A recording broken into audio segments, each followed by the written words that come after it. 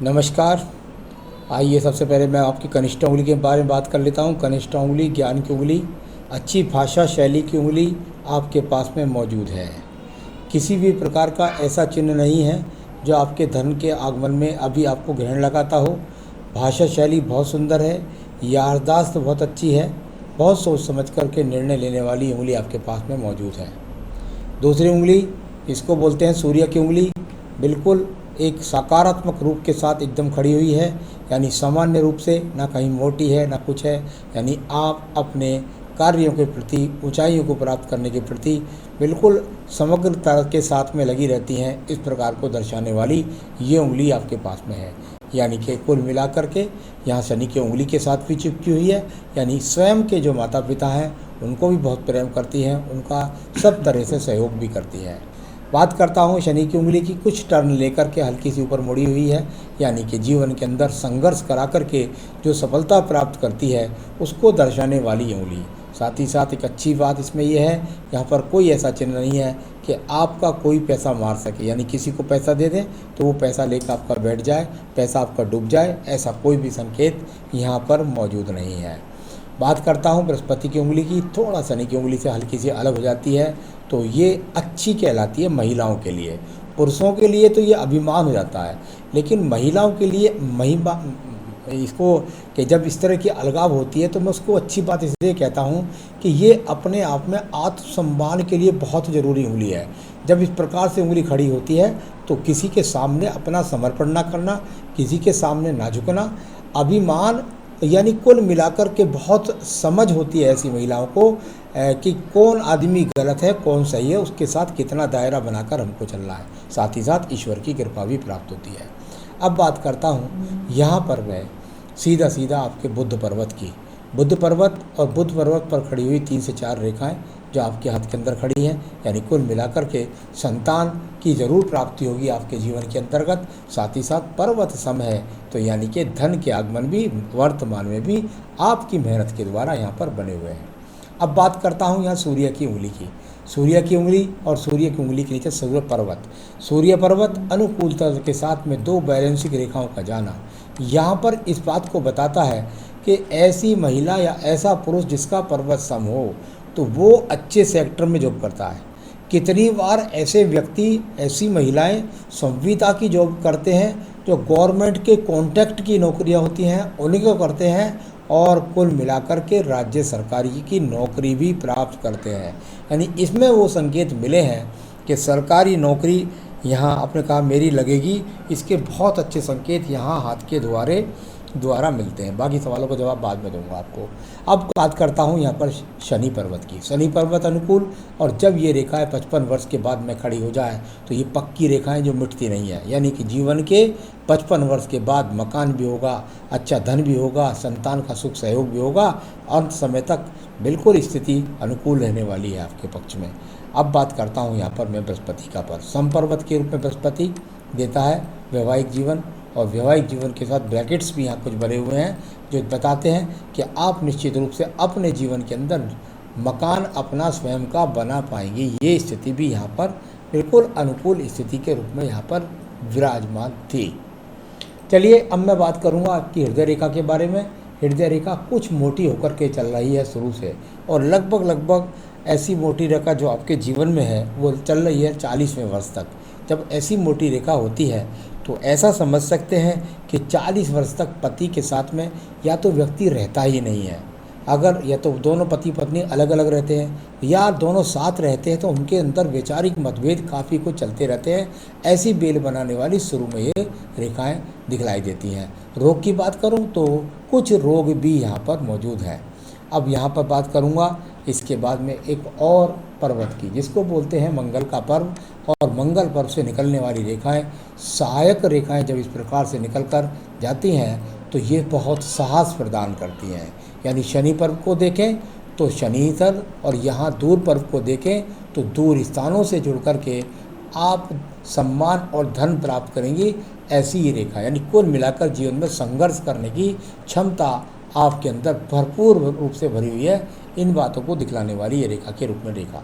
अब बात करता हूँ मंगल के द्वितीय पर्व की। मंगल द्वितीय पर्व, और यहाँ पर अगर मैं देखता हूँ तो कोई ऐसी रेखा तो नहीं है जिससे मैं झगड़े झंझट को कह सकूँ। हाँ, थोड़ा सा ये कह सकता हूँ कि टेम्पर लूज ना करें, क्योंकि मस्तिष्क रेखा के ऊपर जब इस तरह रेखा उठ जाती है तो टेम्पर लूज हो जाता है, और टेम्पर लूज होने की वजह से घर के अंदर कलेश पति के साथ हो सकते हैं। इस तरीके की अभी स्थिति यहाँ पर वर्तमान में बनी हुई है। इसके बाद में बात करते हैं आपकी बुद्धि रेखा की। बुद्धि रेखा और यहाँ पर अनुकूलता से जहाँ बुद्धि रेखा चल रही है वहीं ये 2 एक्स भी बड़े नीचे हैं, यानी कि बहुत नियंत्रण रखना होगा आपको पति से, खास तौर से, क्योंकि 2 एक्स 3 एक्स यहाँ बने हैं।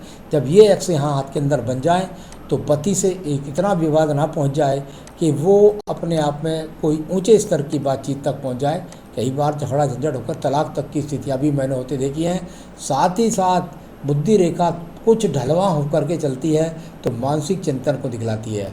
यदि ऐसा नहीं होता तो ऐसा फिर जरूर होता है कि आपके जीवन के अंदर पति से आप नौकरी के रूप में जैसे अलगाव रहता है, यानी पति से आप दूर, पति कहीं आप कहीं, कुल मिलाकर के इस प्रकार की रेखाएं हैं। तो यहाँ जितने दूरी बनाए रखेंगी और पास में रहेंगे तो फिर टकरार बनाए रखेंगी। इस प्रकार की रेखा यहाँ पर मौजूद रूप से विराजमान है। तो चलिए, ये मैंने बुद्धि रेखा के बारे में बताया। अब मैं बताऊंगा आपकी चंद्र पर्वत के बारे में।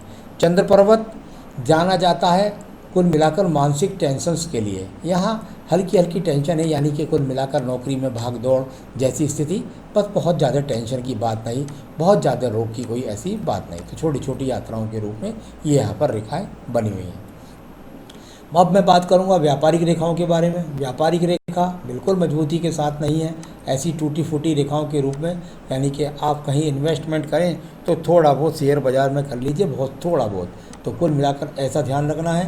मंगल पर्वत से लेकर कर निकलने वाली रेखाएं, और जब बुध पर्वत को देखें तो भाग दौड़ से, मेहनत से ही व्यक्ति को धन प्राप्त होता है।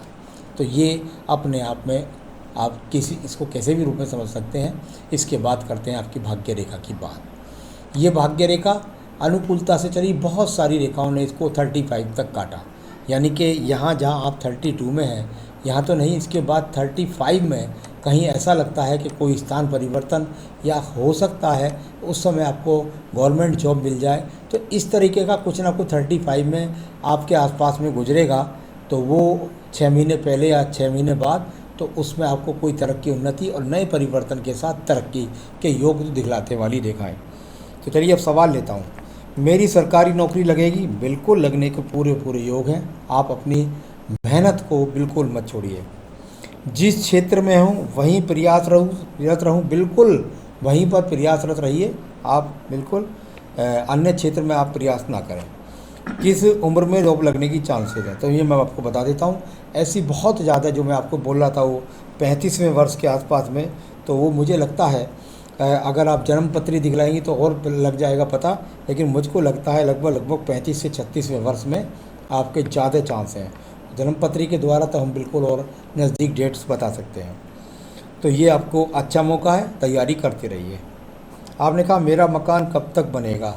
जहाँ तक आपने मकान बनने के लिए कहते हैं तो बृहस्पति पर्व से देखते हैं, मंगल पर्व को देखते हैं। उनका जो गणित बताता है वो बताता है कि आपको ये मौका 2024 के बाद शुरू होगा। तो वहाँ कुछ हल्की सी रेखा निकली है और मुझे लगता है उसको 2-3 साल लग जाएंगे बनने में, उसके बाद वो अपने आप में काम कर देगी। आपका 2024 से पहले तो मैं नहीं समझता। कितने बच्चे होंगे, वे बच्चों का भविष्य कैसा होगा?